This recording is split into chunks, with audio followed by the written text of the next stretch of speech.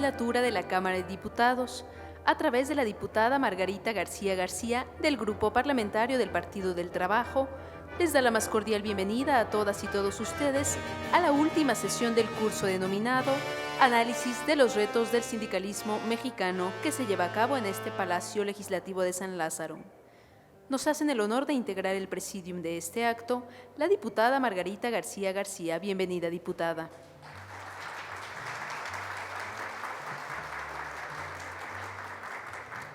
Y el maestro Pablo Lezama Barreda, director de la Universidad Obrera de México.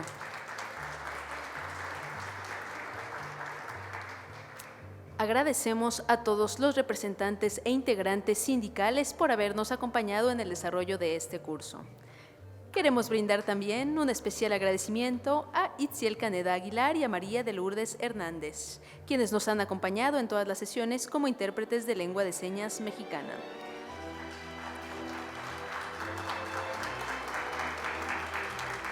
Para compartirnos un mensaje de bienvenida e inaugurar esta última jornada, cedemos la palabra a la diputada Margarita García García.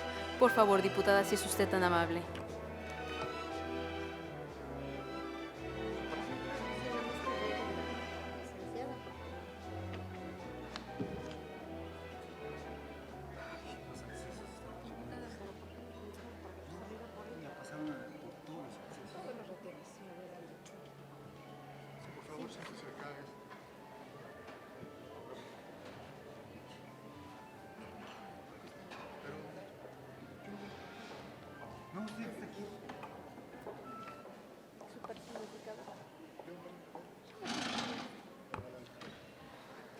Muy buenas tardes a todas y a todos los presentes. Una disculpa por hacerlos esperar. Siempre nos debe de caracterizar la puntualidad, pero bueno, aquí hay muchos temas que a veces se nos atraviesan. Nuevamente me es muy grato darles la cordial bienvenida a esta Casa del Pueblo.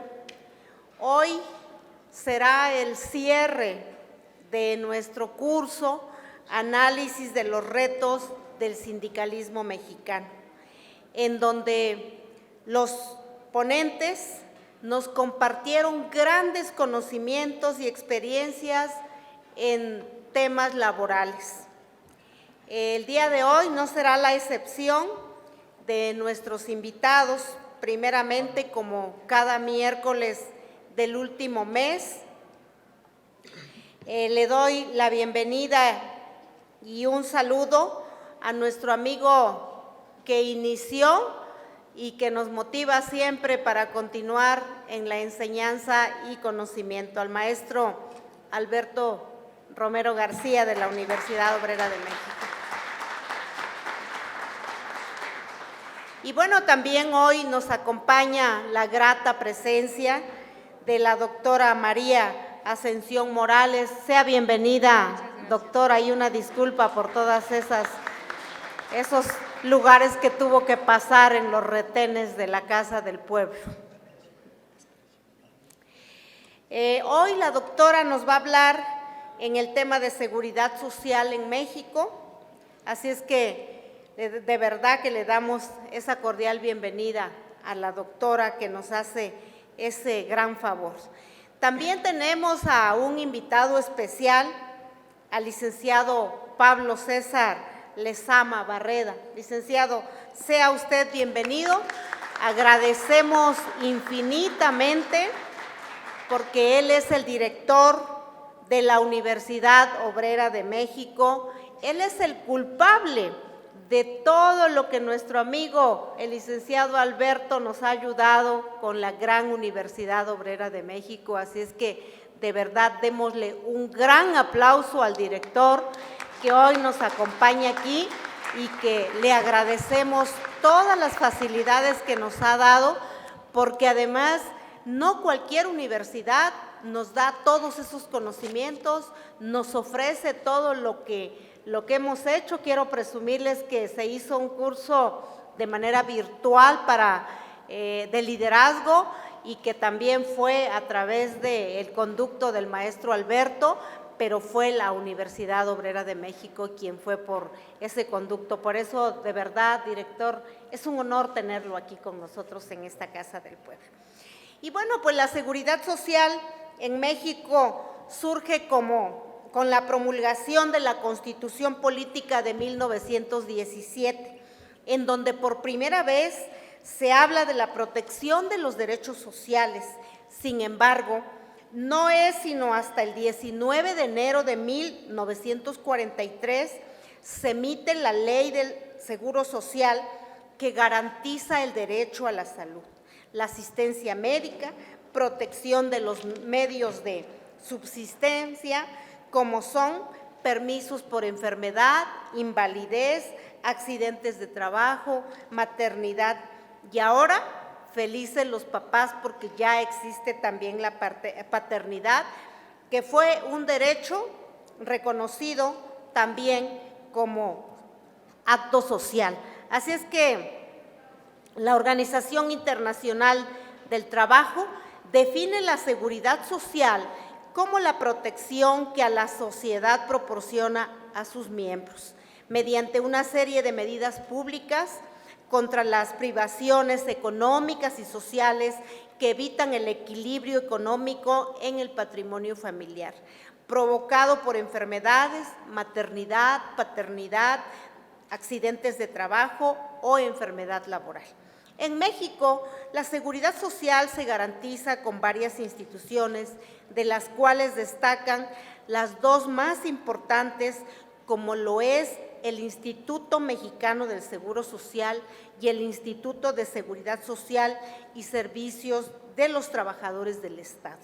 Por último, solo hacer mención que desde la legislatura pasada he tenido participación en temas como seguridad social, como fue el reconocimiento del derecho a días de descanso por concepto de paternidad. Y en esta legislatura acabamos de hacer una modificación a la ley del Infonavit, donde reconocemos esa iniciativa por parte de la Presidenta de la República, la doctora Claudia Sheinbaum. Esa ley garantiza la obtención de vivienda incluso antes de tener el tiempo mínimo requerido para la obtención de créditos de vivienda. Así es que en esta última sesión, como siempre, esta participación de nuestra ponente espero que sea de mucho conocimiento para cada uno de nosotros, ya que hoy profundizará el tema que nos ocupa y que es de gran relevancia. Así es que sean todas y todos bienvenidos nuevamente y disfrutemos esta última sesión de este gran taller que yo creo que vamos después a continuar. Sean todos y todas bienvenidas. Muchas gracias.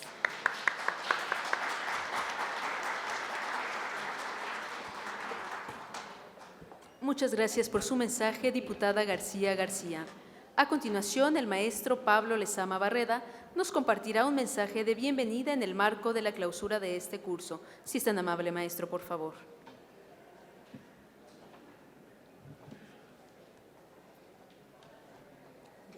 Muchas gracias a todas y todos. Muy buenas tardes. Quiero, en principio, agradecer a nombre de la Universidad Obrera de México a la diputada Margarita García García por la invitación a la organización de este evento, a la coordinación que se ha establecido y la generosidad que ha tenido con la Universidad Obrera. Para nosotros es fundamental tener la posibilidad de dar este tipo de cursos, de estar presentes en la vida sindical de este país y cada vez queremos hacerlo en mayor medida. Para la universidad es un honor estar aquí en la Casa del Pueblo, en la Cámara de Diputados y estar sumándonos en estos esfuerzos para la capacitación de los trabajadores en México. Agradezco desde luego también a la doctora María Ascensión Morales Ramírez por su participación en este foro con el tema de la seguridad social. Y también, desde luego, Alberto Romero, muchas gracias por la organización de este evento. Decía ahorita la diputada que que se debe a mí o que me deben a mí. No, la verdad es que se debe a Alberto, porque es él quien ha estado atrás de estos cursos y haciendo las cosas. Así que honor a quien honor merece. Poco tiene que hacer el director de la institución cuando se cuenta con personas tan capaces y tan comprometidas como Alberto en estos temas.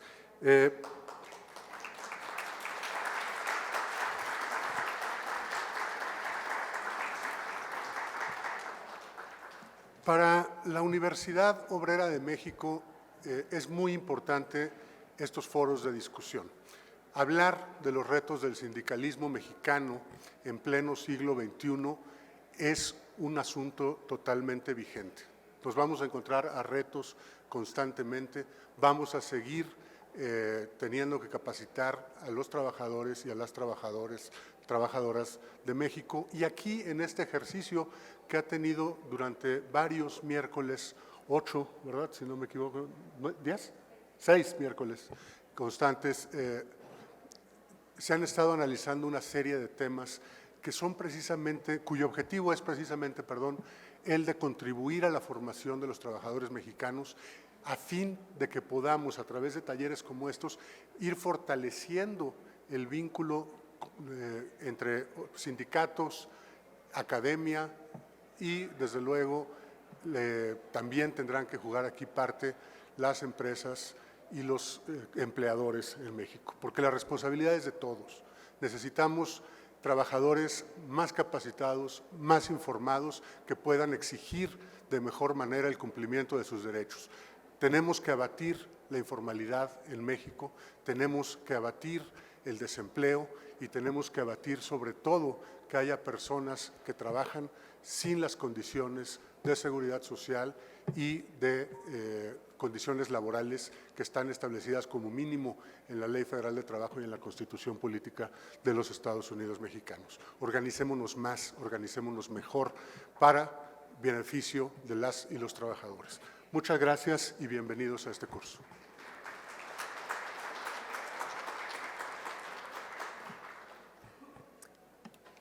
Agradecemos su mensaje, maestro Lezama Barreda.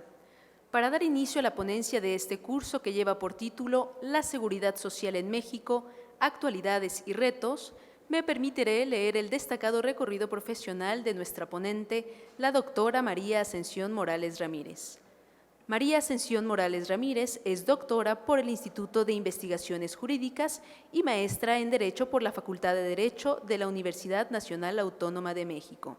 Ha realizado estudios de especialización para expertos latinoamericanos en relaciones laborales, coordinado por la Universidad de Castilla-La Mancha y la Universidad de Bolonia. Un curso sobre normas internacionales del trabajo para magistrados, juristas y docentes en Derecho, patrocinado por la Organización Internacional del Trabajo, por citar algunos. Es profesora de Derecho del Trabajo y de la Seguridad Social en la licenciatura y en el posgrado de la Facultad de Derecho de la UNAM y pertenece al Sistema Nacional de Investigadores Nivel 2. Ha participado como capacitadora en los cursos de especialización en materia de justicia laboral implementados por los poderes judiciales de Morelos, Oaxaca, Puebla, Querétaro, Sonora y Zacatecas. Ha publicado libros como autora, coautora y coordinadora. Asimismo, ha participado en más de 30 libros colectivos, además de tener más de 70 artículos publicados en materia de seguridad social y derecho del trabajo.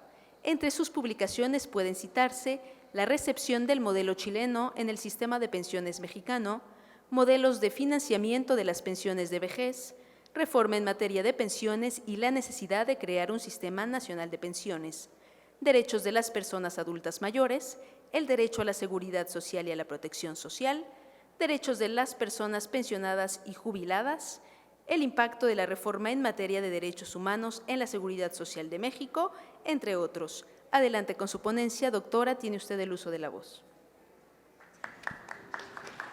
¿Me puedo parar, verdad? Voy a dejar acá y a ver si puedo.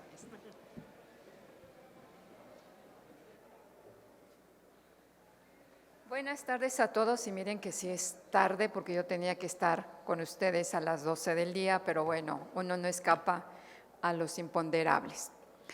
Antes que nada, quiero agradecer a la diputada Margarita García García y al maestro Alberto Romero, porque en un tema tan interesante como es el análisis de los retos del sindicalismo mexicano, introdujeron un tema que es importante, y yo les suelo decir la hermana, ¿verdad?, del derecho laboral, que en este caso es los temas ligados a nuestros institutos de seguridad social. En este caso voy a abordar sobre la ley del Seguro Social. Y es importante, y aquí lo acaba de manifestar el director de la Universidad Obrera, lo importante de tener conocimientos, adquirir la formación y luego transmitirla, porque ustedes son líderes sindicales y si hay un problema en nuestro país, sobre todo en materia de derechos, es que a veces no se conocen. El tema que me propusieron se llama la seguridad social en México, actualidades y retos. Realmente no podríamos hablar de todo y entonces he elegido un tema en específico y que realmente nos vamos a enfocar a los retos. Y el reto más importante, y que quiero transmitirles y que ustedes a su vez lo hagan, el reto más importante que tenemos es que las personas conozcan las leyes, conozcan en materia de protección. Segunda, que tiendan a informarse y la tercera que les decía, que puedan ayudarnos a replicar este conocimiento. ¿Por qué? Porque tenemos unas leyes, en el caso concreto de la Ley de Seguro Social y la Ley del ISSSTE, tenemos unas leyes bastante técnicas que no favorecen el dominio por parte de cualquier trabajador. Entonces, me voy a permitir apoyar con una presentación y yo venía muy contenta porque me han invitado y agradezco y siempre me han invitado, doy una conferencia pequeñita y esta vez dije, voy a disfrutar de 2 horas, pero entonces no vamos a reducir lo que traigo, sino vamos a tratar de comentarlo lo más simple y que esa es la idea, que ustedes repliquen esta información. Entonces, vamos a ver si puedo. Ahí está. Ok. Nuestra ley vigente es de 1997, entró en vigor el 1 de julio, aunque realmente se publicó el 21 de diciembre de 1995. Si ustedes, como voy a ir pasando, lo que nos interesa y que tenemos que replicarle a la gente, que esta ley tiene 2 regímenes, pero nos vamos a enfocar solo en uno y realmente el que nos interesa promover y que sea del conocimiento de todas las personas es este régimen, el régimen obligatorio. Y miren, este régimen obligatorio, que es el que le vamos a dar seguimiento, está conformado por varias ramas, como es la rama de riesgos de trabajo, la rama de enfermedades y maternidad, la rama de invalidez y vida, la rama de retiro, cesantía en edad avanzada y vejez y la de guarderías y prestaciones sociales. Ustedes podrán notar que puse en rojo el de retiro, cesantía en edad avanzada y vejez porque es la rama que motivó la reforma de esa ley, es la rama que vino a cambiar todo lo que teníamos con la ley de 1973. Y es la rama en donde está toda la terminología. Si queremos conocer la ley, tenemos que dominar la terminología. Y no está en el primer seguro. El primer seguro de nuestra ley es el de riesgos de trabajo. Y sin embargo, la terminología está en el 4, en el que estoy plasmando en rojo. También dentro del régimen obligatorio tenemos 2 modalidades. O sea, la continuación, cuando una persona, un trabajador es dado de baja, puede continuar a este régimen obligatorio. Por eso se le dice, aunque parezca un trabalenguas, una continuación voluntaria, pero al régimen obligatorio. Y tenemos otra modalidad que se llama incorporación voluntaria, pero al régimen obligatorio. No nos vamos a detener en esos, porque me interesaría más lo que en este momento es útil para los trabajadores activos. Continuación es para alguien que ya perdió el trabajo, renunció, pero sí hay que también conseguir que que continúe protegido. Y en el otro es para trabajadores que no tienen patrón, para trabajadores no asalariados, que recientemente el año pasado hubo una reforma para que se incorporen. No nos vamos a detener eso, mi interés es que ustedes sepan cuáles son las ramas del régimen obligatorio y a pesar que también tiene unas modalidades. El otro régimen es el voluntario, yo creo que me pasé, di muy rápido.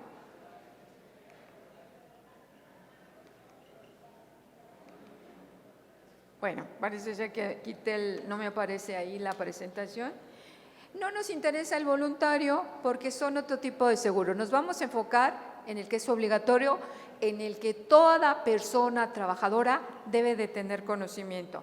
¿Y quiénes son esas personas a las que estamos obligadas a conocer? Bueno, la ley en el artículo 12, de manera general, ¿quiénes son? Todos aquellos que tienen patrón, todos aquellos que los podemos clasificar en trabajadores asalariados, los que reciben un salario. También la ley prevé la posibilidad de que sean los socios de sociedades cooperativas, las personas que determina el Ejecutivo, y el Ejecutivo en varios programas ha tenido la posibilidad de incorporar a personas al régimen obligatorio. Y por último tenemos una reforma reciente que fue la incorporación de las trabajadoras, de las personas trabajadoras del hogar. Ellas estaban incorporadas desde la ley de 1973, pero en el régimen voluntario.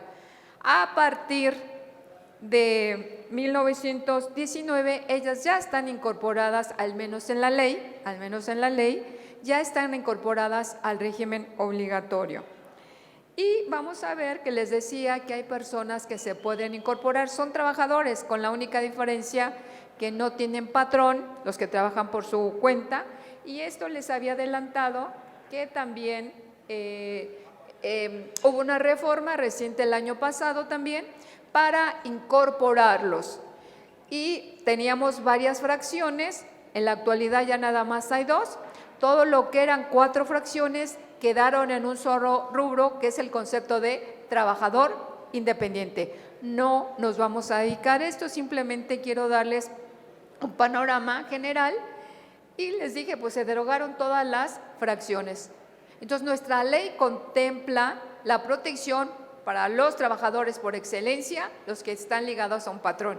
Y en la parte, también como una modalidad, los trabajadores que reciben ingresos pero que no tienen patrón o teniendo patrón, en el caso de la administración pública federal, estatal y municipal, tienen patrón, lo que no tienen es una ley y tampoco tienen un instituto. ¿A quiénes nos vamos a dedicar? Nos vamos a dedicar al trabajador general, al trabajador por excelencia. Y pongo obligaciones patronales y dirán ustedes, pero si nos vamos a referir a la protección de los trabajadores, ¿qué tiene que ver? No, sí tenemos que saber cuáles son las obligaciones de los patrones, porque se piensa que nada más ellos tienen obligaciones, pero también el trabajador, y lo más importante, la persona trabajadora tiene un derecho. Y el derecho más importante es que, vamos a ponerlo de este lado, el patrón tiene en el artículo 15 varias obligaciones. Vamos a limitarnos a 4 que son básicas para cualquier persona trabajadora. 1, que el patrón lo afilie. 2, que el patrón determine la cuota que le toca pagar a él y a la persona trabajadora. 3, que él lo entere al instituto, que haga la entrega al instituto. ¿Qué es lo que no sabe la gran mayoría de los trabajadores? Que si el patrón no cumple con esa obligación, el artículo 18 les dice a los trabajadores que es su derecho y ellos pueden irse a afiliar. Muchos no lo saben, pero ¿cuándo podrían hacer valer ese derecho? Precisamente cuando hay un riesgo de trabajo y acuden al Seguro Social a atenderse o que los lleva a la familia, pues con base en ese artículo, no importa que no hubiera estado afiliado, el trabajador tiene derecho que el instituto le brinde todos los servicios, la atención médica y en su caso haga las gestiones procedentes para sancionar al patrón. Entonces vean, el 15 son obligaciones del patrón, donde ya especifiqué las 3 básicas, y el 18 es trabajador. Si no te afilian, tú lo puedes hacer. No quieres hacerlo en este momento, pero lo primero es saberlo. No quieres hacerlo en este momento, pero cuando tengas un siniestro, cuando tengas una afectación, lo puedes hacer valer. Entonces, ahí están las obligaciones, no me voy a detener. Y entonces, como les dije, que tenemos varias ramas. Para cada una de las ramas, todas tienen una tarifa que nosotros conocemos como cotizaciones. Y vamos a ver que en algunos casos, la gran mayoría de las veces, la ley nos dice cuotas obrero-patronales. ¿Por qué obreras? Porque las paga el trabajador, pero también las paga el patrón. Y en algunas de ellas también participa el Estado, no con el mismo porcentaje, pero también en algunas participa el Estado. ¿En cuáles participa realmente el patrón? Tiene que cubrir en las 5 ramas y en especial nada más él solito en la de riesgos de trabajo, porque es su responsabilidad, y en guarderías. Entonces participa, tiene que cotizar en las 5 ramas a favor de los trabajadores. Los trabajadores únicamente van a cotizar en 3 de las ramas y el Estado también participa en 4 de las ramas. Bueno, en tres de las ramas también.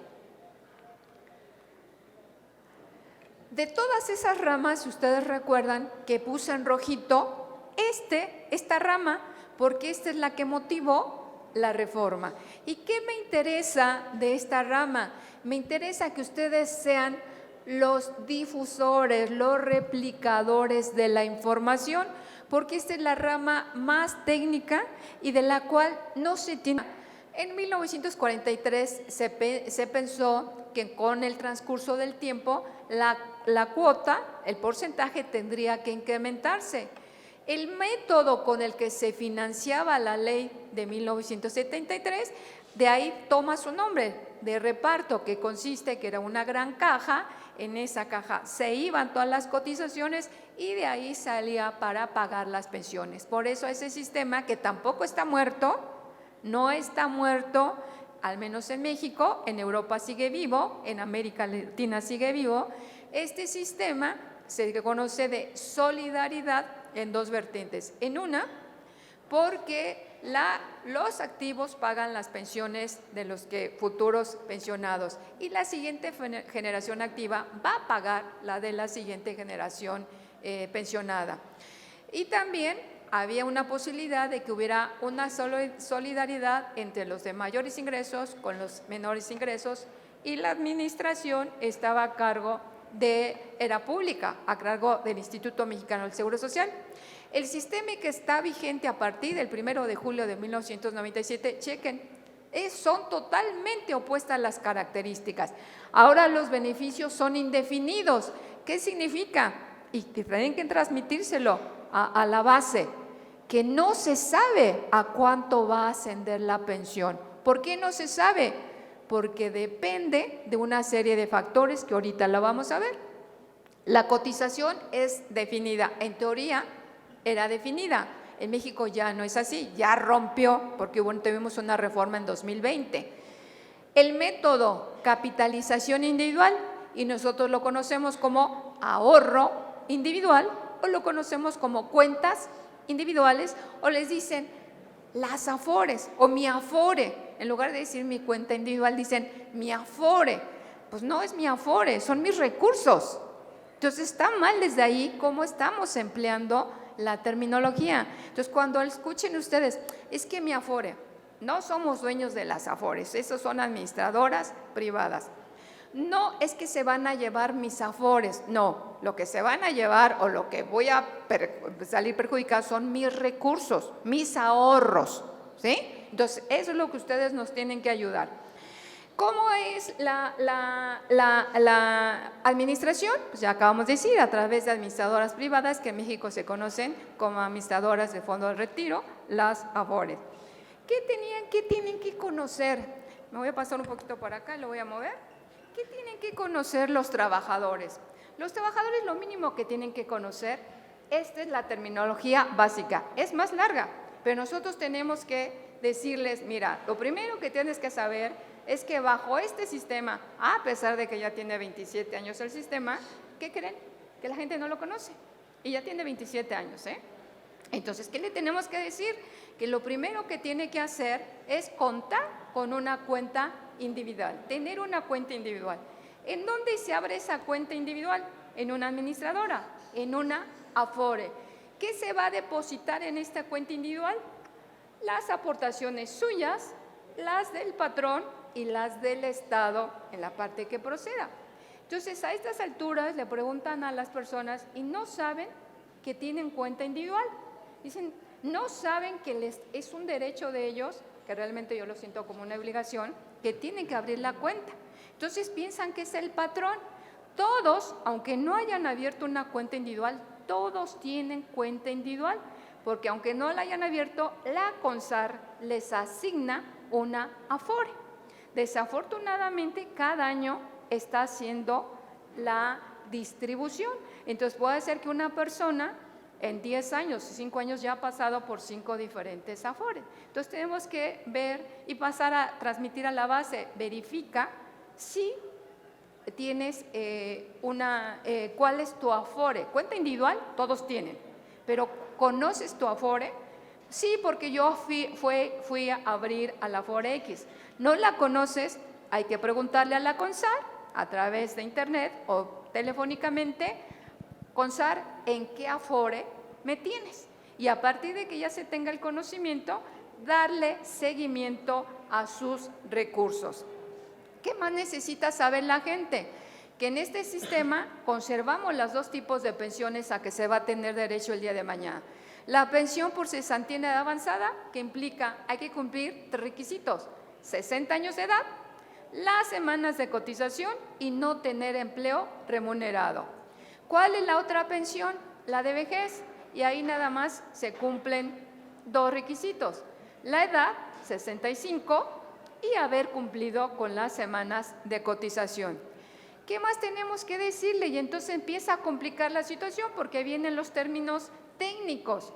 Pues que el día de mañana, que cumpla los requisitos, para que pueda accesar a su pensión, tendrá que comprar una renta vitalicia. ¿Y eso qué es? Bueno, pues con los recursos de la cuenta individual, llevárselos a una aseguradora, la cual le va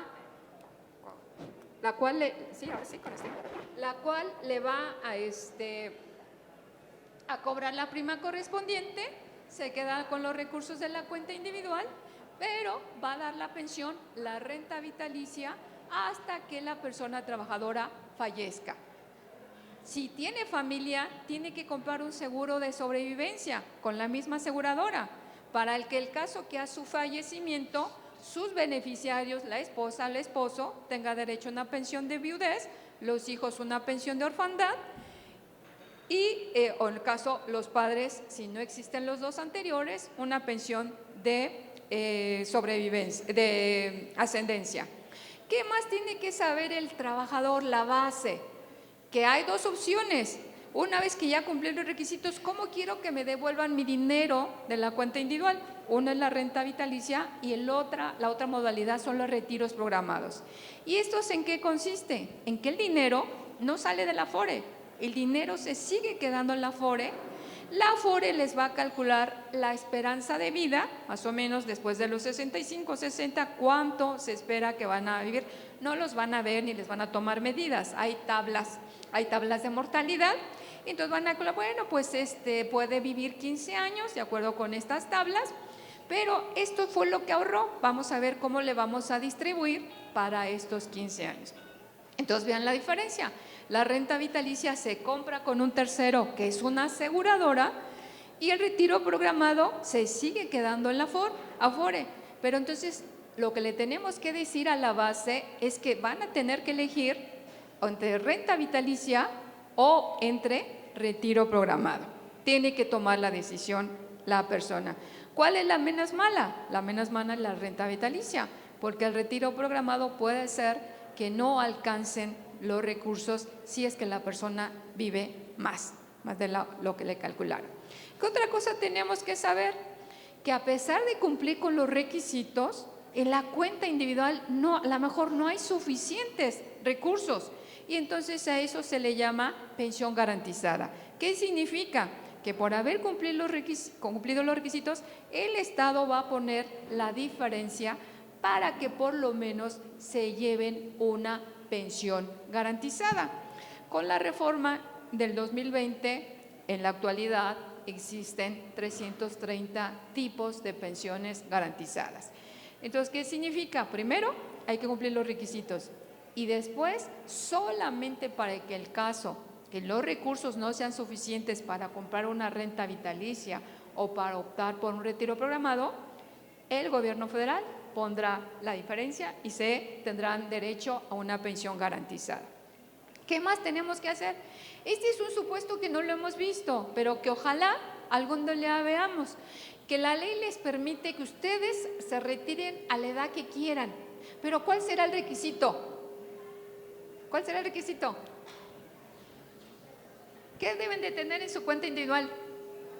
Mucho dinero, muchos recursos. Entonces la ley les prevé que ahorren y que ahorren y que ahorren. ¿Por qué? Porque entre más ahorren, ustedes van a decidir. Desafortunadamente en estos 27 años no se ha dado ese supuesto y tan no se ha dado el supuesto que hemos tenido reformas. Entonces, si ustedes quieren tener una pensión, tienen que estar ahorrando y ahorrando mucho. Primero deben de tener empleo y segundo, ahorrar mucho. Por eso les decía que en este sistema los beneficios son indefinidos. No se sabe de qué va a depender, de cuánto ahorren y con qué nivel salarial ahorren. Entonces, no se dio. Entonces, primero, dice la ley, te puedes retirar antes de los 60 y 65, pero debes de tener suficientes recursos. ¿Cuánto? Te vamos a hacer el cálculo de lo que cuesta una renta vitalicia básica con su seguro de sobrevivencia más un 30%. Si superas eso, entonces te vamos a permitir que te pensiones. Y si te queda dinerito, lo puedes retirar. No se ha dado ese supuesto. Pero quienes estén jóvenes, que sean jóvenes y que ya saben, pues entonces ahorren para que se puedan retirar a la edad que ustedes quieran y con los recursos que ustedes quieran. La AFORE administra y la CIEFORE, las sociedades de inversión especializadas en fondos de retiro, son los que invierten, ¿sí? Y eso no lo saben los trabajadores y no lo van a saber porque quieren que el trabajador sepa mucho, que sepa que es renta vitalicia, que es retiro programado, que es pensión garantizada y que además la AFORE administra y que las CIEFORES son las que invierten y que opte por cuál fondo quiere que se inviertan sus recursos. Nada de eso hasta el momento, 27 años. ¿Quién de ustedes está en este sistema? ¿Y le han dicho a la AFORE, a la CIEFORE, cómo quieren que se inviertan sus recursos? Pues no, ¿verdad? Porque no se conoce, les decía que era muy complicado. Las aseguradoras participan en este sistema, son las que venden las rentas vitalicias. La CONSAR es las que vigila, supervisa el sistema y es en el que el grueso de los mexicanos trabajadores que se afilian al Seguro Social y que tienen este sistema, que cuando no abren directamente su cuenta individual, la CONSAR los va a asignar. Entonces decía, este es lo mínimo que la base trabajadora debe de conocer respecto de este sistema. Ya no le podemos hablar de decir el nuevo sistema, ya no, ya tiene 27 años, ya desde cuando superó la mayoría de edad, ¿verdad? Pero a 27 años la gente no lo conoce. Y no se preocupen, ustedes dirán, es que así somos los mexicanos. No, en Chile tiene más de 45 años y pregúntenle a la gente si conoce el sistema. O sea, entonces no quiere decir que con eso se nos puede disculpar, pero sí estamos obligados a conocer. Máxime que el sistema vive, el sistema va a seguir, entonces estamos obligados a que la base trabajadora conozca este sistema. Vamos a entrarle al sistema. Le he comentado que hubo una reforma en 2020. ¿Y por qué hubo una reforma?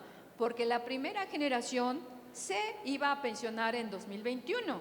¿Cuáles eran los resultados de este sistema? Los resultados es que de 75,000 personas trabajadoras que en 2021 iban a pensionarse, solamente el 1% con este sistema iba a tener derecho a una pensión. El 99% no.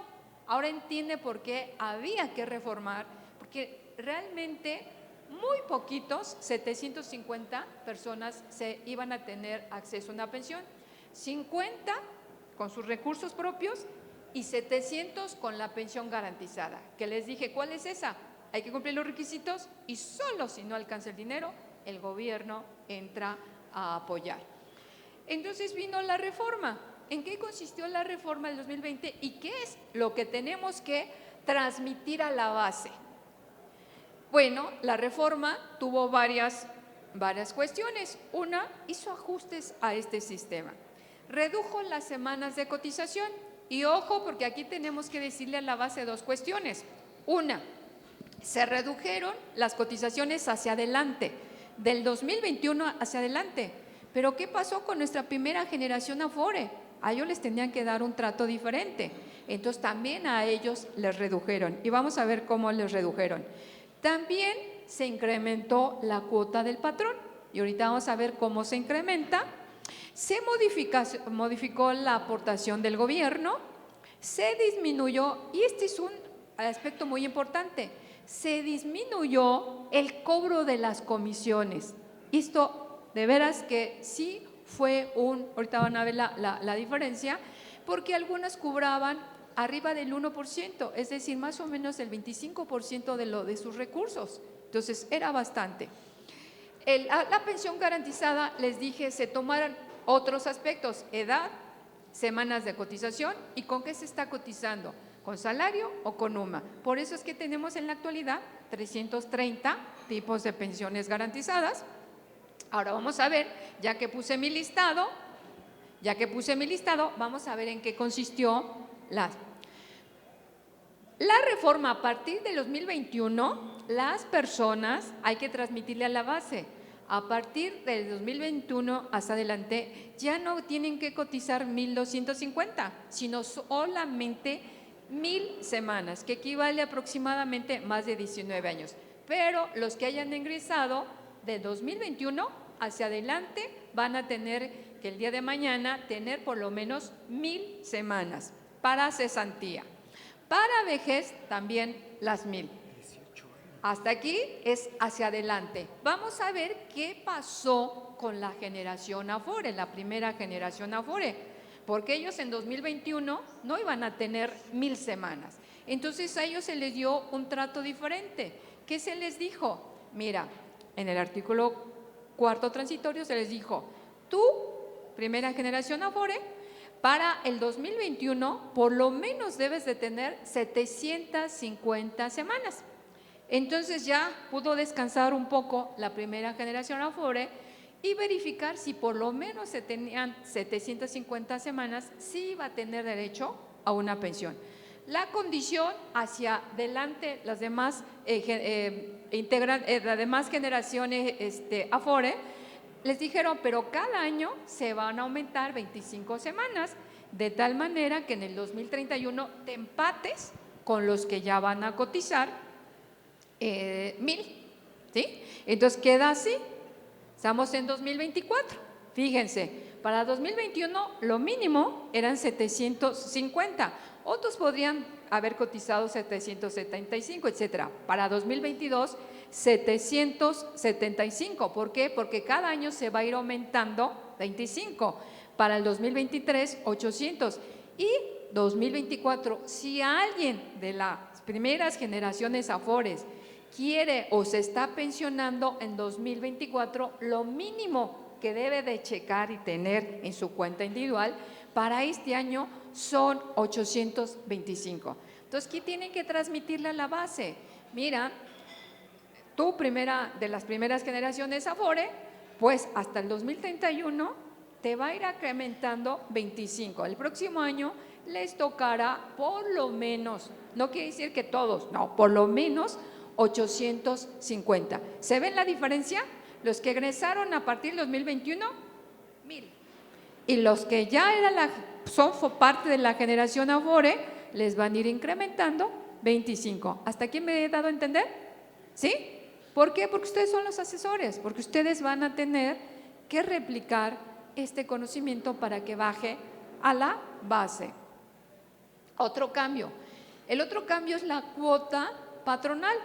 Entonces, la reforma consistió que según con lo que la unidad que cotice la persona trabajadora, si cotiza con salario mínimo o cotiza con UMA. Y entonces vean que el patrón, de acuerdo con el nivel, esta reforma, a pesar de que fue en 2020, entró en vigor en 2023. ¿Qué significa? Que el patrón, por ejemplo, ubíquense, vamos a ubicarnos en la 2.51 a 3 UMA. En el 2023 el patrón tuvo que poner 3, cotizar, ¿verdad? 3.86 por un trabajador, a 2024 4. Y si se dan cuenta, ubíquense en el que estoy tomando de ejemplo, ¿qué observan? Que cada año va aumentando un punto, ¿verdad? Entonces, por lo menos en 8 años, el patrón va a estar incrementando la cuota de manera gradual, cada año, pero de manera diferenciada. ¿Por qué diferenciada? Porque vean que no aporta lo mismo para cada uno de los trabajadores, sino aporta diferente según con qué se esté cotizando. Y esto vamos a verlo, se va ya a quedar permanente hasta el 2030. Entonces tenemos el segundo cambio de la reforma y es lo que tiene que conocer ahorita nuestra base trabajadora. El Estado, ¿qué pasó? ¿Qué cambio hubo el Estado? En el caso del gobierno federal hay una cuota, hay un ramo que se llama cuota social y el gobierno federal le pone una cantidad a cada trabajador. Esta es la tercera reforma que se hace a esta aportación adicional que hace el Estado, porque en un principio se pagaba para todos los trabajadores. En 2009 se reformó y se dijo no, nada más se les va a apoyar hasta a los que perciban hasta 15 salarios mínimos. Y posteriormente en esta reforma se dijo no, nada más se les va a apoyar hasta los de 4 UMAS. Sí se aumenta el monto, vean, es un poco mayor, nada más que se reduce la esfera donde van a recibir esta prestación. Ya aquí ustedes me van a ayudar. Ya cumplieron ustedes los requisitos. ¿Cómo quieren que les devuelvan su dinero? ¿Qué van a tener que comprar? Una renta vitalicia. O van a poder optar por otra modalidad. ¿Cómo se llama la otra? El retiro programado. ¿Sí? Entonces, una vez que ya cumplieron los requisitos, van a tener que contratar o su renta vitalicia con una aseguradora o van a optar por el retiro programado, que ese se lo van a tener que decir a la Afore que administre su cuenta individual. Y la reforma dijo o ambas. Aquí le tendría una crítica a la reforma, ¿cómo que ambas? Pero ya no me desarrolla, en la ley no desarrolla ¿qué consiste en ambas? En otros países que hicieron la recepción de este modelo, sí dice, a ver, renta vitalicia diferida con retiro programado, pero con renta vitalicia. ¿Qué significa? Ahí sí fueron desglosando, decir, bueno, yo nomás quiero 5 años de retiro programado y yo después ya quiero tener la renta vitalicia, no vaya a ser que me vaya a quedar sin dinero, ¿sí? Les dije que había, ¿cuántas pensiones garantizadas? Les dije, 330. Entonces ustedes se van a ubicar. A ver, tengo 60 años, estuve cotizando con 2 sumas, pero nada más coticé 1000 semanas. Entonces vean cómo van a tener que ubicarse para tener una idea más o menos de cuánto va a ascender su pensión. Y las pensiones pues van a estar desde 2.600 hasta 8,000 pesos la garantizada. Pero como ustedes van a estar ahorre, pues se van a llevar la superpensión. Pero si no tienen la posibilidad, a lo mejor están en una de estos supuestos. Ahí están los supuestos. Tenemos un problema, porque la generación Afore aparte tenía muy poco dinero. Unos porque a lo mejor perdieron el empleo, otros porque sus ingresos, el salario no se movió o siempre tuvo la misma categoría. Pero otro, y que es muy lastimoso, es que en el Inter la ley les permite a los trabajadores, las personas trabajadoras, que puedan disponer de sus ahorros de la cuenta individual cuando están en desempleo. ¿Y qué es lo que hace la gente? Sí sacan dinero, pues claro que sí, porque están desempleados. También escúchenme esto. Está esto y se vende con la idea de que es un seguro, o se vendió, más bien dicho, con la idea de que era un seguro de desempleo. Esto no es un seguro de desempleo. Segundo, ¿cuándo van a disponerlo? Nada más cada 5 años. O sea, cada que hay crisis es cuando la gente hace eso, pero no pueden volver a disponer sino hasta dentro de 5 años. ¿Y cuándo van a poder sacar dinerito? Después de 46 días de que los hayan despedido, de que hayan dejado el empleo, etcétera. O sea, no es en automático. Sin embargo, la gente lo hace, sí, no alcanzo a ver porque no traigo lentes y yo creo que ustedes, aunque también tengan buena vista, no la alcanzan a ver, pero vean que todo el tiempo las personas por necesidad han tenido que sacar de sus recursos para vivir en caso de desempleo. Tampoco crean que sacan mucho, el promedio es entre 5,000 pesos, 3,000 pesos, no crean que ay, voy a llevarme 25,000, 30,000, no, porque en las cuentas individuales hay muy poquito. Otro que se retira es para gastos o ayuda para gastos de matrimonio o para unión civil. Esa sí les recomiendo, sáquenla. Si están en vísperas de casarse y están en este sistema, retiren el dinero para ayuda de matrimonio porque ese no hay descuento de semanas. En el del desempleo, ahí sí, por cada cantidad que ustedes saquen, van a reducir sus semanas de cotización y reducen su monto. O sea, sí les afecta. Y eso es lo que no se sabe, de que tarde o temprano ya tienen menos semanas y tienen menos dinero. ¿Qué van a poder hacer? Pues cuando ya tengan empleo, de devolver la parte que corresponda a las semanas, o la otra van a tener que quedarse a laborar más semanas hasta que completen las que pide la ley. Este es el tema que me gusta. ¿Por qué? Porque las castigaron a las Afores, a las administradoras, a que no podían cobrar más del promedio de lo que cobran las administradoras privadas en Estados Unidos, en Colombia y en Chile. Y para el primer año, ¿cuánto cobraron? Para el primer año cobraron el punto 57, o sea, bajó aproximadamente, vamos a decirle, un 40% de lo que se llevaban.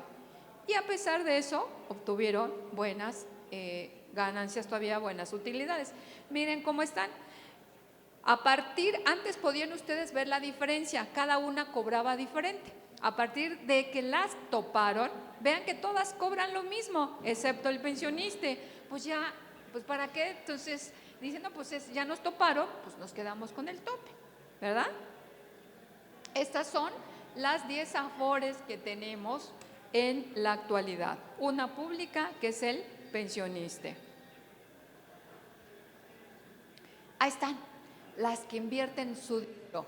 Levanten la mano los que están en este sistema, los que están en el sistema de cuentas individuales. Afortunadamente son poquitos, ¿verdad? Bueno, pues ustedes se ubican de acuerdo a su edad y ahí van a ver en qué CIEFORE están sus recursos. En la CIEFORE última, se le conoce como la básica, ahí ya se detiene, ya no se invierten los recursos. ¿Por qué? Porque es donde ya está la gente de 65 en adelante. No vaya a ser que nos venga una crisis y se queden sin dinero. Pero ¿dónde está?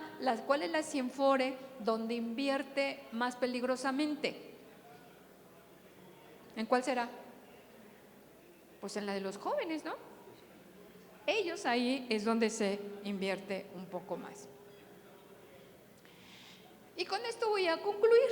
¿Qué pasó con los que ya estaban afiliados antes de la reforma? Los que estaban afiliados bajo la ley del 73. ¿Qué pasó? Pues que la ley, primero los pasaron a todos al sistema, pero al final, cuando ya llegue el momento de su retiro, ellos pueden optar si se pensionan con el sistema de capitalización individual, con lo que tengan en las Afore, o se pensionan con el sistema anterior. ¿Qué es lo que ha hecho ¿qué han hecho las personas trabajadoras hasta este momento? ¿Con cuál se han pensionado? La del 73. Con la del 73 ya vimos el resultado de la primera generación Afore, ¿verdad? Entonces, ¿por qué? Porque es más benéfica, porque no tienen que andar comprando rentas vitalicias ni retiros programados, porque basta con que tengan 500 semanas de cotización. Entonces, dimos un repaso muy sencillito y muy general de un tema que es muy complicado, muy técnico, pero que con esto ustedes nos van a ayudar a que la base trabajadora conozca estos derechos, los aplique y los pueda transmitir. Muchísimas gracias.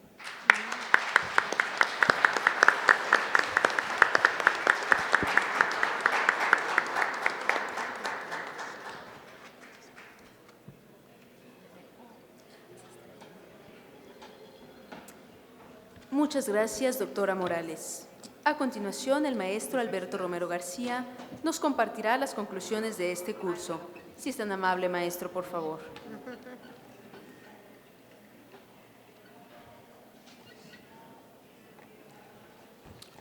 Buenas tardes. Recuerdo hace 6 semanas que estábamos inaugurando este curso que planteábamos algunos objetivos y me acuerdo que les hablaba yo de herramientas que se les iban a proporcionar a lo largo de las 6 sesiones. Ustedes escucharon a 10 especialistas que desde las diferentes ópticas de su especialidad les hablaron del sindicalismo en México. Iniciamos con el maestro Raimundo, el cual les dio una sacudida para que tuvieran una visión crítica respecto al derecho y a la impartición de justicia y que cambiaran esa concepción que se tiene de que somos unos esclavos muy cómodos en la esclavitud, ¿no? Después vinieron diferentes análisis, sobre todo de tipo ideológico y teórico, que muchas veces a los trabajadores no les gusta mucho tener, pero se dieron cuenta que con esas herramientas ustedes podían armar un discurso innovador, un discurso que se alejara de la retórica hueca que se ha usado en el sindicalismo mexicano. Después tuvimos el análisis comparativo entre el sindicalismo que se ejerce en Guatemala y México. Y eso es muy importante porque el compañero nos decía, aguas, porque están retrocediendo en cuanto a la garantía de los derechos y la estabilidad laboral.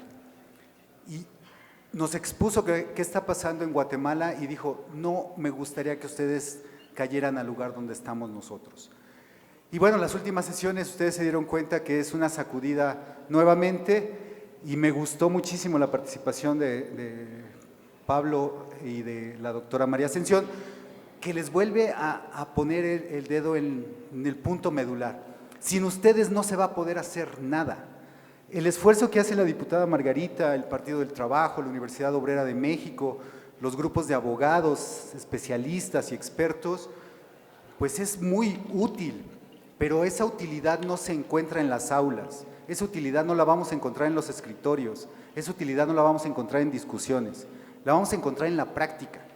Y esa práctica, después de 6 semanas, espero que les transforme su pensamiento, que les cambie su ideología y que los comprometa. Y estamos casi terminando el año y sé que van a venir los propósitos del próximo año y ojalá que allí pongan el que tenga una mayor participación dentro de mi sindicato, el que transforme mi entorno laboral, en que se mejoren las condiciones de vida de los trabajadores en México. Ojalá sean esos algunos de sus deseos para el próximo año. Y voy a cerrar mis conclusiones. Acabo de leer un libro de Giovanni Papini que a mí me encanta mucho, este autor, es sobre cuentos. Y uno de los cuentos es El hombre que se robaba historias. Y este era un escritor para un periódico y todas las semanas entregaba un cuento a cambio de su renta para que viviera la semana. Pero llegó un día que ya no tenía que escribir. Él se empezó a preguntar, llevaba 4 días, no había podido escribir ni una sola palabra, y dijo, ¿y ahora qué voy a hacer? ¿Sobre qué voy a escribir? Y se acordó de una frase que dice que aquella persona que vive una vida puede contar historias. Y entonces salió a la calle y empezó a ver a las personas y empezó a elegir a quién iba a entrevistar para poder escribir sobre ella. Y pasaba la gente que hace la limpieza en la calle decía, no, ha de tener una vida muy cotidiana, muy monótona.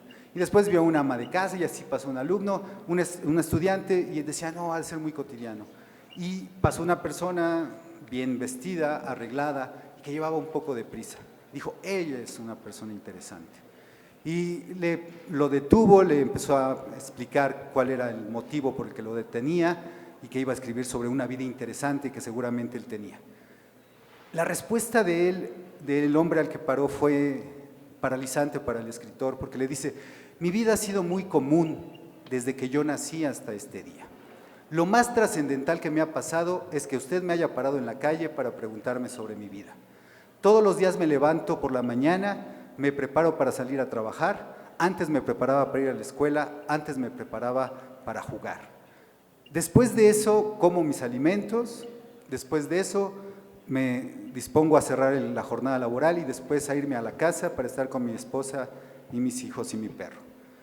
2 veces al año voy de vacaciones, algunas veces en Navidad salgo y visito a mis padres o a mis familiares, y esa es mi vida.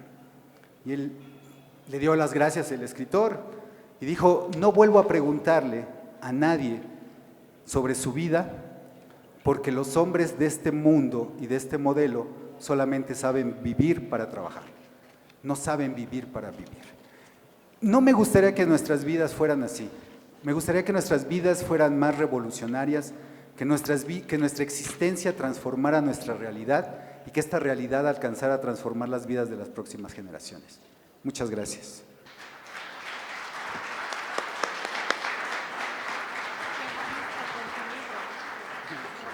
Muchas gracias, maestro Romero.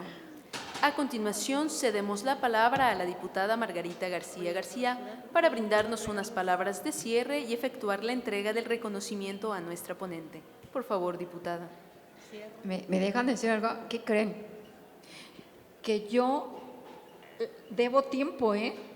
Lo que pasa es que con la llegada tarde quería abordarles todo y yo pensé que había por lo menos agotado 1 hora y entonces iba yo así, y entonces les debo tiempo. No, pero no se espanten, no lo voy a ocupar, ¿eh? No lo voy a ocupar.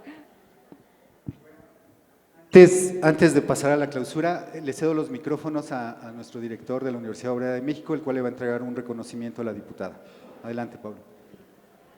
Gracias. Diputada, un reconocimiento, un agradecimiento más bien a nombre de la Universidad Obrera de México por el apoyo en poder brindar estas pláticas, estos talleres. Estamos muy agradecidos y aquí tiene. Muchas gracias.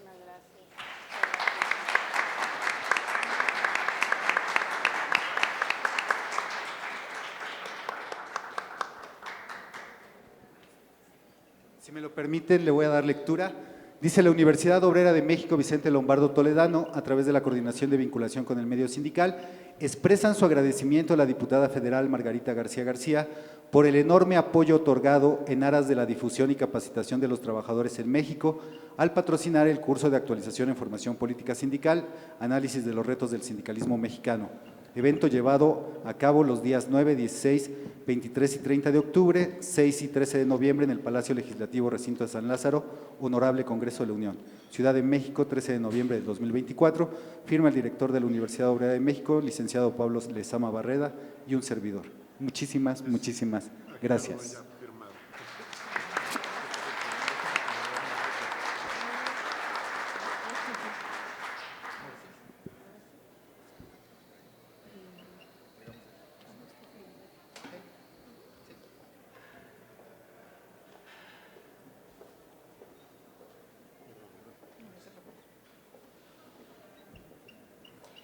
Bueno, pues así como todo inicia, tiene un fin.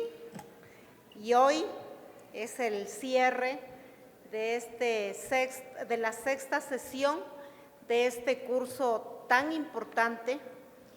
Y bueno, el maestro Alberto, como siempre, nos ilustra con su lectura, y yo quisiera ser una persona que me entrevistaran y que contara yo mi historia. Ojalá y en algún momento cada uno de nosotros reflexionemos para qué vivimos, si vivimos para trabajar o vivimos realmente para vivir, porque nos volvemos tan rutinarios, tan rutinarias en la vida diaria, y que a veces el trabajo nos absorbe tanto porque no sabemos programar nuestra mente y porque no llevamos una agenda para saber vivir realmente, ¿no? Y el trabajo en muchas ocasiones lo volvemos un pesar, porque además la vida tiene muchas adversidades, nada es miel en hojuelas. Si yo contara mi historia, yo creo que serían 5 libros o 6, porque esa historia que escribimos diariamente debe de dejar huella. Así es que quiero agradecerle infinitamente a la doctora María Ascensión Morales, que efectivamente nos debe tiempo, pero logró abordar en muy poquito tiempo todo lo que tenía que decirnos. Y claro que hay muchas dudas, nunca se acaba el aprendizaje.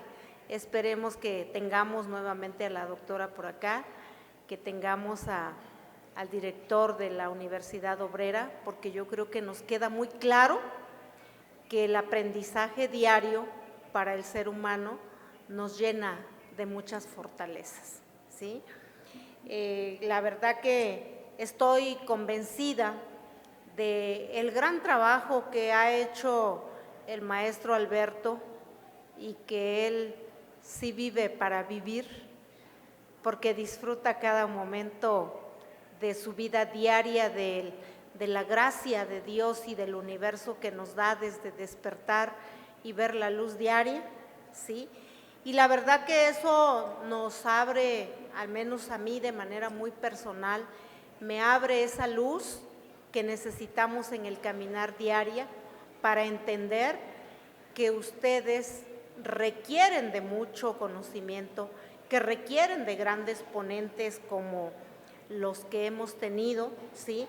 Fueron 6 sesiones en las cuales aprendimos varios temas en materia de sindicalismo y derechos sociales. Tuvimos la gran oportunidad de hacer un ejercicio de sindicalismo comparado con nuestro país vecino del sur, de Guatemala, y efectivamente él nos dio varios ejemplos que ojalá y eso nos prendan focos a todos para decir dónde estamos y qué queremos. Valoramos y adentramos en la historia de la mujer, ¿sí?, en la política sindical, donde hicieron varias preguntas las compañeras mujeres, y yo creo que es un tema donde las mujeres tenemos que romper las cadenas en donde quiera que sea, y los hombres nos tienen que dar ese espacio que nos corresponde para alcanzar esa igualdad en los hechos, para que las mujeres desde muy pequeñas, los caballeros, empecemos a romper con ese machismo que todavía existe y que nos ubiquemos en el lugar que nos corresponde a cada una de las mujeres, donde si preguntamos a muchas compañeras y vamos a las comunidades, todavía hay violencia, todavía hay eso de que porque eres mujer no tienes derecho a votar, porque eres mujer solamente sirves para la cocina y para los quehaceres, donde todavía escuchamos a muchos hombres decir, le ayudo a mi esposa, y donde uno tiene que decir, a ver, momento, no me ayudas, contribuyes con tus obligaciones también que te corresponden, pero tendríamos que seguir preparándonos en todos esos temas, ¿sí? También espero que todos estos temas que vimos aquí sean de gran fortaleza, de mucho conocimiento, y que efectivamente, si nosotros no hacemos algo por el tema sindical y seguimos en el tema de la zona de confort, de lo que los patrones nos digan, y hacemos un ejercicio con los patrones, con los jefes, en vez de hacer el ejercicio de defensa para quienes nos dieron la confianza, estaremos perdidos. y lo digo como sindicalista, lo digo como una mujer de lucha, lo sigo diciendo desde las vivencias que tenemos aquí con los propios trabajadores, desde la vivencia que tenemos aquí con los trabajadores indefensos que tienen más de 20 años, 16, 18, 15 años y que nunca les preguntan, ¿te quieres ir? Si no, te vas porque te vas. Y todavía la amenaza, si no firmas la renuncia, no se te paga el finiquito. Y todavía más aún, cuando les decimos enfrenta la lucha porque tenemos que dar la batalla, dicen tengo miedo que no me paguen mi finiquito, que no me paguen mis prestaciones. Por eso es tan importante la capacitación, conocer nuestros derechos, conocer qué va a pasar con la jubilación, hasta cuándo podemos jubilarnos, cuál es el ahorro que tenemos que tener, porque también dentro de temas importantes que tenemos que tocar es educación financiera, los hábitos que tenemos de que hoy es quincena y como viene el Buen Fin, hay que abarrotar las tiendas para comprar todo lo que nos engañan y nos dicen que hicieron grandes descuentos y que me decían ayer, ¿le subieron a esto? Pues claro, pero pues acuérdense que el comercio está trabajando para meternos en esa dinámica de que el Buen Fin hay que ir a abarrotar las tiendas. Así es que quedan pendientes esos temas de educación financiera también que tenemos que tener muy presentes, ¿sí? Y bueno, de verdad que a mí me llena de mucha alegría, estoy satisfecha, más no me doy por vencida, maestro, tenemos que continuar, doctora, director, y cada uno de ustedes, tenemos que continuar en esta gran lucha de capacitación y decirles y reiterarles que Margarita García, desde esta tribuna, desde este espacio, como representante popular, seguimos a la orden, ¿sí?, con el Partido del Trabajo, para acompañarlos, para decir aquí estamos, ¿qué más podemos hacer por ustedes? Que tengan esa gran confianza y que hoy nos damos cuenta que las alianzas entre escuelas, facultades, gobierno, sociedad civil, trabajadores y trabajadoras, es la base fundamental para llegar más lejos. Recuerden que si caminamos solos, llegamos, pero nos cuesta mucho trabajo.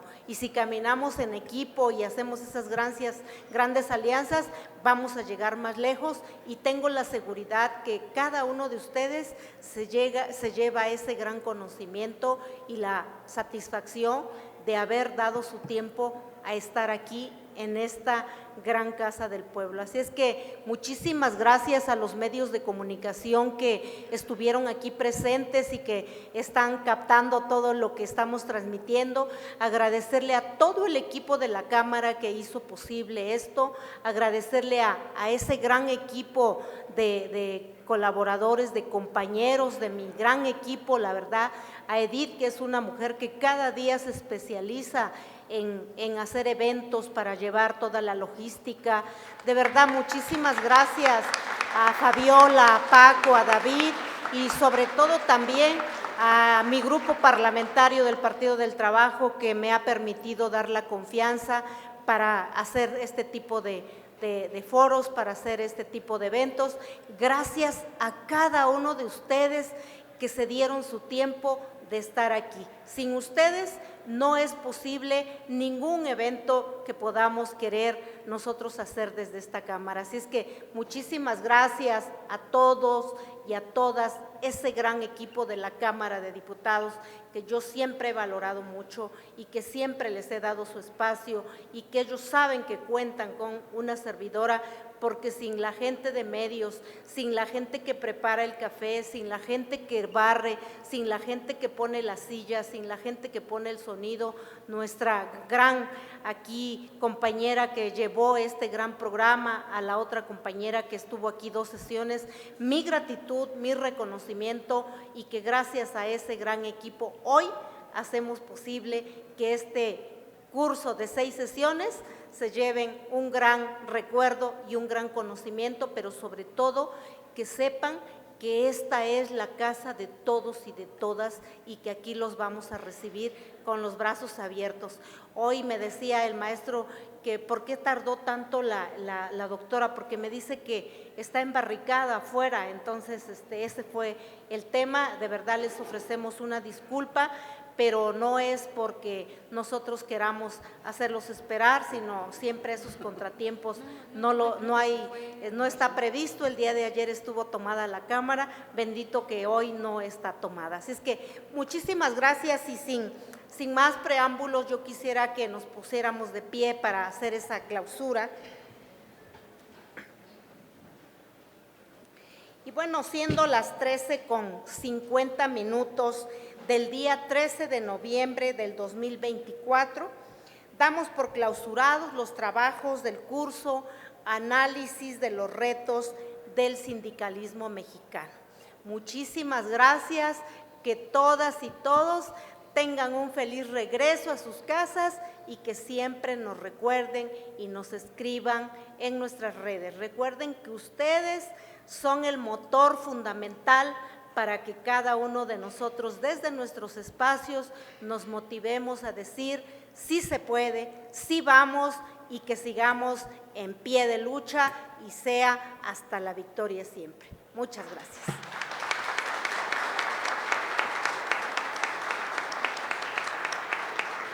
Y bueno, el maestro Alberto va a hacer entrega del reconocimiento a nuestra gran ponente del día de hoy.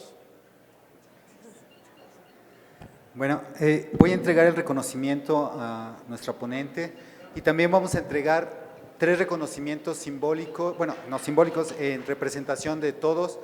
Al final van a estar en la mesa de registro su constancia, por favor pasen por ella, y aquellos que no alcanzaron a venir y tienen aquí un compañero, pues que se la hagan llegar. Y les recuerdo que al finalizar la sesión del día de hoy están invitados al recorrido por el recinto legislativo y por el Museo Sentimientos de la Nación. Y bueno, Cámara de Diputados, 66ª Legislatura, Soberanía y Justicia Social, y la Universidad Obrera de México, Vicente Lombardo Toledano, por un México Mejor, expresan su agradecimiento a la doctora María Ascensión Morales Ramírez por su valiosa participación en el curso de análisis de los retos del sindicalismo mexicano con la Conferencia La Seguridad Social en México, Actualidades y Retos, llevada a cabo en modalidad presencial en el Palacio Legislativo, Recinto de San Lázaro, Ciudad de México, 13 de noviembre del 2024. Firman el calce la diputada Margarita García García y el maestro Alberto Romero García. Muchas gracias.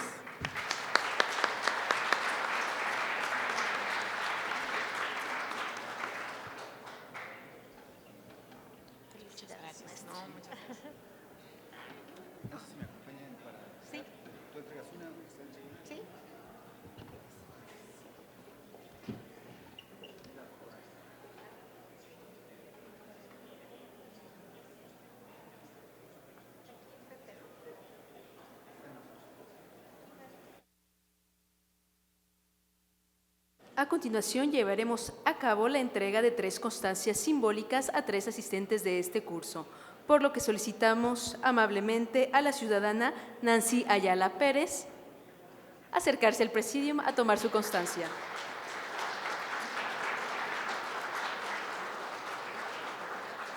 Al ciudadano Manuel Centella Herrera. Por favor, acércate al presidium para tomar tu constancia. Y al ciudadano Alejandro Díaz Camacho, que se acerque al presidium para tomar su constancia.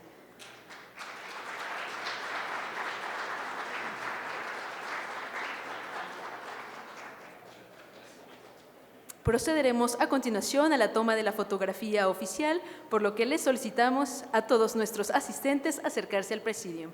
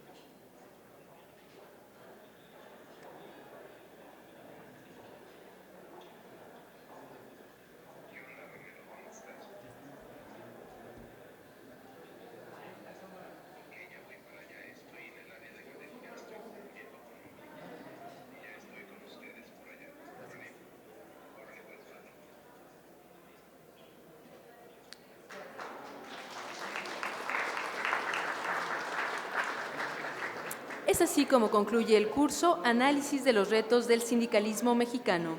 La 66ª legislatura de la Cámara de Diputados les agradece su asistencia y participación.